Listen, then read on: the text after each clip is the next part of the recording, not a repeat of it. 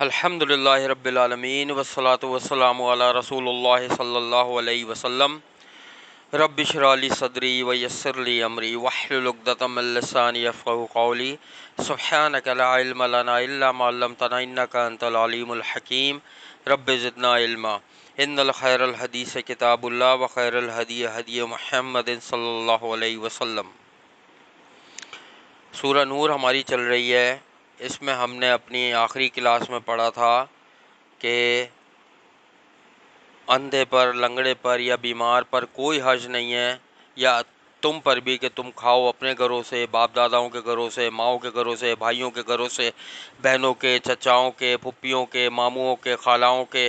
یا ان گھروں سے جن کی چابیاں تمہارے پاس ہیں، یا اپنے دوستوں کے گھروں سے۔ تم پر کوئی گناہ نہیں، سب اکٹھے کھائیں یا الگ الگ کھائیں۔ بس یہ ہے جب تم داخل ہو گھروں میں تو سلام کرو اور دعائے خیر کرو، ٹھیک ہے۔ یہ بہترین عمل ہے جو اللہ نے سکھایا ہے، اور اللہ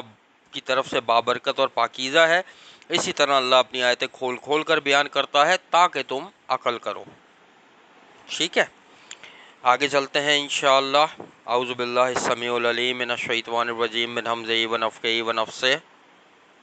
انما المؤمنون الذين آمنوا بالله ورسوله واذا كانوا معه على امر جامع لم يذهبوا حتى يستأذنوه ان الذين يستأذنونك أولئك الذين يؤمنون بالله ورسوله فإذا استأذنوك لبعض شأنهم فأذن لمن شئت منهم واستغفر لهم الله إن الله غفور رحيم۔ اب اللہ فرما رہے ہیں مومن تو صرف وہ لوگ ہیں جو ایمان لائے اللہ پر اور اس کے رسول پر، اور جب وہ ہوتے ہیں رسول کے ساتھ ایسے کام پر جو جمع کرنے والا ہے اجتماعی طور پر، تو نہیں وہ جاتے یہاں تک کہ وہ اجازت مانگ لیں اس رسول سے۔ اب اللہ فرما رہے ہیں مومن وہ لوگ ہیں، پہلے چیز تو جو اللہ اور رسول پر ایمان لاتے ہیں، اور جب وہ نبی صلی اللہ علیہ وسلم کے ساتھ ہوتے ہیں کسی بھی اجتماع میں تو وہ جب تک نہیں جاتے جب تک کہ اجازت نہیں مانگ لیتے۔ اس سے پتہ چلا کہ کسی بھی محفل میں جا کر، ایک تو یہ صحابہ کرام کے ساتھ خاص ہے، ٹھیک ہے، اس کی تفصیل اگلی آیت میں آ رہی ہے، وہ انشاءاللہ بتاتا ہوں، کہ کسی محفل میں جا کر بغیر اجازت اڑ جانا، اور خاص کر کوئی ایسی محفل ہو دینی، تدریس قرآنی، تفسیر یا علم کی، کہ وہاں چل رہی ہے اور ایک بندہ اٹھے چلا جائے، یہ غلط طریقہ ہے بالکل، ٹھیک ہے۔ اب وہ صحابہ کی بات ہو رہی ہے کہ اس وقت جو لوگ تھے اس میں سے کچھ ایسے ہوتے تھے کہ جب تک وہ بیٹھے رہتے تھے جب تک کہ نبی صلی اللہ علیہ وسلم سے جانے کی اجازت طلب نہ کر لیں، تو نہیں جاتے تھے وہ جب تک کہ نبی صلی اللہ علیہ وسلم سے اجازت نہ مانگ لے۔ بلا شبہ وہ لوگ جو اجازت مانگتے ہیں آپ سے وہی لوگ ہیں ایمان لانے والے۔ اللہ نے فرمایا جو اجازت مانگتے ہیں جانے سے پہلے وہی لوگ ہیں ایمان لانے والے اللہ پر اور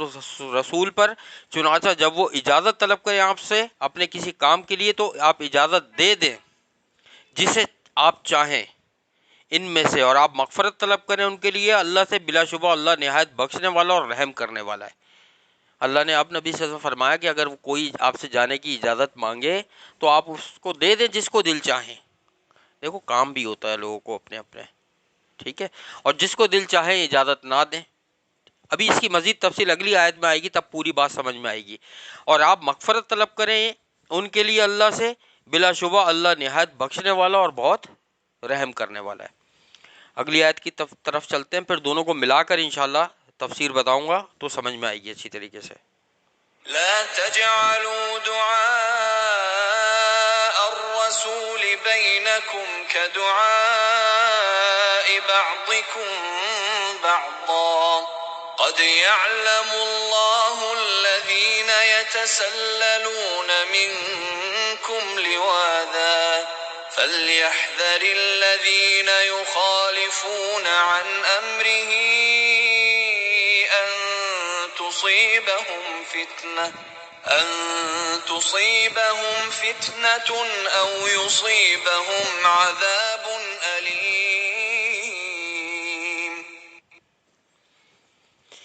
اب اللہ فرما رہے ہیں نہ تم بناؤ رسول کے بلانے کو اپنے درمیان مانند بلانے کے تمہارے باس کے باس کو، تحقیق جانتا ہے اللہ ان لوگوں کو جو کھسک جاتے ہیں تم میں سے چپکے سے، چنانچہ چاہیے کہ ڈریں وہ لوگ جو مخالفت کرتے ہیں اس رسول کے حکم کی اس بات سے کہ پہنچے انہیں کوئی آزمائش دنیا میں یا پہنچے انہیں کوئی عذاب نہایت دردناک آخرت میں۔ اب دیکھو یہ دونوں آیتیں کمپلیٹ ہوئی۔ پہلی چیز ذہن میں رکھو، بات اصل میں یہ ہے کہ ایک صحابی کے بارے میں پہلے بتاؤں میں تمہیں، نبی صلی اللہ علیہ وسلم نے، میرا خیال ہے عدی بن حاتم رضی اللہ تعالیٰ عنہ تھے یا کوئی اور تھے، تو وہ نماز پڑھ رہے تھے، نبی صلی اللہ علیہ وسلم نے ان کو آواز دی، وہ آئے نہیں، تھوڑی دیر لگا دی انہوں نے۔ جب وہ آئے تو نبی صلی اللہ علیہ وسلم نے ان سے پوچھا کہ تمہیں دیر کیوں ہوئی آنے میں جب میں تمہیں بلا رہا تھا؟ تو انہوں نے فرمایا نبی صلی اللہ علیہ وسلم میں نماز پڑھا تھا۔ تو نبی صلی اللہ علیہ وسلم نے فرمایا کیا تو نے اللہ کا یہ فرمان نہیں سنا کہ جب رسول بلائے تو ان کی طرف فوراً لپکو، فوراً جاؤ، تمہیں نماز توڑ دینا چاہیے تھا۔ اللہ کے رسول کی بیٹا اہمیت ہے، اللہ کا جو اللہ مقرر کرتا ہے نا اپنا نبی دنیا میں، اللہ تعالیٰ جس کو چنتا ہے اس کی ایک اہمیت، ایک مقام، ایک مرتبہ ہوتا ہے دنیا میں۔ آخرت میں سب لوگ جو ہیں اپنے اپنے انبیاؤں کی اس میں جمع ہوں گے، جھنڈے تلے جمع ہوں گے۔ اچھا پھر کیا ہوتا تھا کہ اس آیت میں دو تین مطلب لیے علماء کرام نے کہ نبی صلی اللہ علیہ وسلم کے ایک تو بلانے کو ایسا نہیں بلاؤ جیسے کہ تمہارا دوست یار بلا رہا ہے، گئے تو گئے، نہیں گئے تو نہیں گئے، یا نبی صلی اللہ علیہ وسلم کو ایسے نہیں بلاؤ کہ جیسے کسی دوست یار کو بلاتے ہو ہنسی مذاق کر کے۔ نبی کا ایک مقام ہے۔ اور پھر نہ کسی ان کی محفل، یعنی ہر دونوں آیتوں میں ملا کر یہ مطلب نکلتا ہے کہ نہ نبی کی محفلوں سے بغیر اجازت اٹھو، نہ نبی صلی اللہ علیہ وسلم کو ایسے الفاظ ایسے دوستوں یاروں کی طرح مخاطب کرو، نہ جو ہے نا ان سے وہ مخاطب ہو تم سے تو ان کو ایسے جواب دو جیسے دوستوں یاروں کو دیتے ہو۔ ٹھیک ہے، ہر طریقے سے اللہ نے منع کر دیا کسی قسم کا ایسا مذاق جو کہ ایک قابل احترام، بہت زیادہ دیندار، قابل احترام، عزت والے شخص سے کیا جا سکتا ہے، ہر طرح کا مذاق اللہ نے بند کر دیا کہ نبی کی ایک اہمیت ہے، وہ کوئی دوست یار نہیں ہے کہ تم مرضی جب مرضی اٹھ کے چلے جاؤ، جب مرضی۔ اچھا دوسری ایک اور چیز علماء کرام بتاتے ہیں کہ نبی صلی اللہ علیہ وسلم ہوتا یہ تھا کہ جب وحی نازل ہوتی تھی نا تو بہت سی وحی ایسی خاص نازل ہوتی تھی کہ نبی صلی اللہ علیہ وسلم فوراً صحابہ کرام کو بلاتے تھے۔ اب اس میں کچھ آ رہے ہیں، کچھ کام نپٹا کے آ رہے ہیں، تو ان آیتوں کا مطلب وہ مفسرین یہ کہتے ہیں کہ یہ ہوا کہ نبی صلی اللہ علیہ وسلم نے صحابہ کرام سے فرمایا کہ دیکھو اللہ نے فرما دیا تمہیں سارے کام چھوڑ کر آنا ہے، کیونکہ وہی کبھی کبھی ایسی آتی تھی جس میں ایسے احکامات ہوتے تھے جو فوراً بتانے ہوتے تھے۔ کبھی جہاد کے متعلق آتی تھی کہ فوراً نکل پڑو جہاد کے لیے، کبھی کسی چیز کے متعلق، کبھی کسی چیز کے متعلق، تو نبی صلی اللہ علیہ وسلم فوراً صحابہ کرام کو بلاتے تھے۔ تو اس لیے نہ ان کی محفل سے بغیر اجازت اٹھا جا سکتا ہے، ٹھیک ہے، نہ ان سے ہنسی مذاق کیا جا سکتا ہے، نہ ان کو ہنسی مذاق میں جواب دیا جا سکتا ہے، نہ ہنسی مذاق کے طریقے سے بلایا جا سکتا ہے۔ اور اگر کسی نے ایسا کیا، ٹھیک ہے، یا کوئی اٹھا چپکے سے یا کھسک گیا، اللہ فرما رہے ہیں ان کی محفلوں سے، تو اللہ تعالیٰ فرما رہے ہیں ان کو چاہیے کہ وہ ڈریں کہ وہ لوگ جو مخالفت کرتے ہیں رسول کے حکم کی، کس بات سے ڈریں کہ اللہ دنیا میں کوئی آزمائش میں مبتلا کر دے انہیں، یا آخرت میں انتہائی دردناک عذاب دے۔ کتنی اللہ تعالیٰ نے اپنی نبی کو سپورٹ دی اور کتنا ان کا مقام بلند کیا اللہ تعالیٰ نے۔ یہ ہے نبی کا مقام۔ دیکھو اللہ، اچھا ایک بات تھوڑا سا سوچو، نبی صلی اللہ علیہ وسلم کی سب سے بہترین شان کون بیان کر سکتا ہے؟ اللہ ہی بیان کر سکتا ہے نا۔ اپنے نبی کی شان جو اللہ نے قرآن میں بیان کی وہ بہترین، سب سے بہترین، اس سے اعلیٰ کوئی شان نہیں ہے۔ یہ جتنے بھی لوگ جو ہے نا جھنڈے لے لے کے یا الٹے سیدھے دعوے کر رہے ہوتے ہیں، روڈوں پہ جلوس نکال رہے ہوتے ہیں، ٹی وی ڈراموں میں آ رہے ہوتے ہیں، یا ایسی محفلیں کر رہے ہوتے ہیں، یہ سب کے سب نبی صلی اللہ علیہ وسلم کی مخالفت کر رہے ہوتے ہیں۔ اللہ کے نبی کی سب سے بہترین شان وہی ہے جو اللہ نے قرآن میں بیان کر دی۔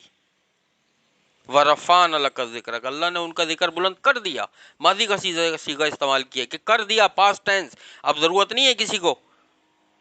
اللہ نے خود کر دیا نبی صلی اللہ علیہ وسلم کا ذکر بلند۔ اور یہ ذکر بلند نہیں تو اور کیا ہے کہ اتنی اللہ تعالیٰ نے اہمیت، بلکہ آگے ہم سورہ حجرات اور دوسری اس میں پڑھیں گے، اس میں بھی تم لوگ پڑھنا کس قدر اللہ تعالیٰ نے نبی صلی اللہ علیہ وسلم کی شان بلند کری ہے. تو یہ ہے وہ شان جو اللہ تعالیٰ نے بلند کری ہے کہ نبی کا ایک مقام، ایک عزت ہے. ٹھیک ہے، انشاءاللہ سورہ نور کی آخری آیت کی طرف چلتے ہیں، اس کے بعد سورہ نور انشاءاللہ ہماری مکمل ہو جائے گی. ألا إن لله ما في السماوات والأرض قد يعلم ما أنتم عليه ويوم يرجعون إليه فينبئهم بما عملوا والله بكل شيء عليم. اب اللہ فرما رہے ہیں آگاہ رہو، بلا شبہ اللہ ہی کے لیے ہے جو کچھ آسمانوں اور زمین میں ہے، تحقیق وہ اللہ جانتا ہے اس حالت کو کہ جس پر تم ہو، اور جس دن وہ منافق لوٹائے جائیں گے اس کی طرف تو وہ خبر دے گا انہیں اس کی جو انہوں نے عمل کیا، اور اللہ ہر چیز کو خوب جاننے والا ہے. اللہ نے آخری آیت میں بالکل فیصلہ کن بات کر دی کہ سارے پیغامات جو سورہ نور میں جو پردے اور جو بھی نور سے متعلق، اللہ کے ذکر کے متعلق، مومن مرد مومن عورتوں سے متعلق، کھانے پینے کی آداب سے متعلق، سب کچھ جو سورہ نور میں اللہ نے بیان کی ہے کہ اب آگاہ رہو، زمین اور آسمان میں سب کچھ اللہ کا ہے، سارا اختیار اللہ کا ہے، جس طریقے سے وہ چاہتا ہے جو چیز رد و بدل کرتا رہتا ہے، اور جو حکم چاہتا ہے وہ نازل کرتا ہے، اور اللہ تمہاری حالتوں کو بھی جانتا ہے، اور اس دن کو بھی جانتا ہے جب منافق پلٹائے جائیں گے اللہ کی طرف قیامت والے دن، تو وہ اللہ خبر دے گا جو کچھ بھی وہ عمل کرتے رہے، اور اللہ ہر چیز کو خوب جاننے والا ہے. اللہ سے منافقوں کو نہیں، اللہ مومنوں کو، منافقوں کو، کافروں کو، مشرکوں کو سب کے عمل دکھا دے گا قیامت والے دن، اور بڑا بھیانک وقت ہوگا وہ. ہمیں سوچنا چاہیے یہ جو علم ہے نا وحی کا، جو قرآن اور حدیث آتا ہے، اصل میں اہمیت اس کی ہے.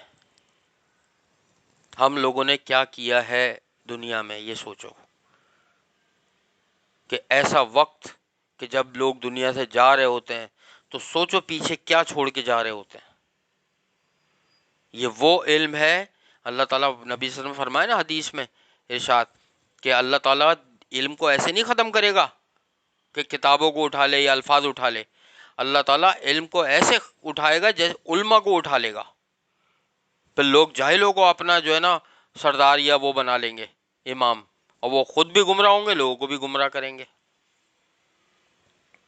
قرآن اور حدیث کا جو علم ہے نا یہ اصل علم ہے.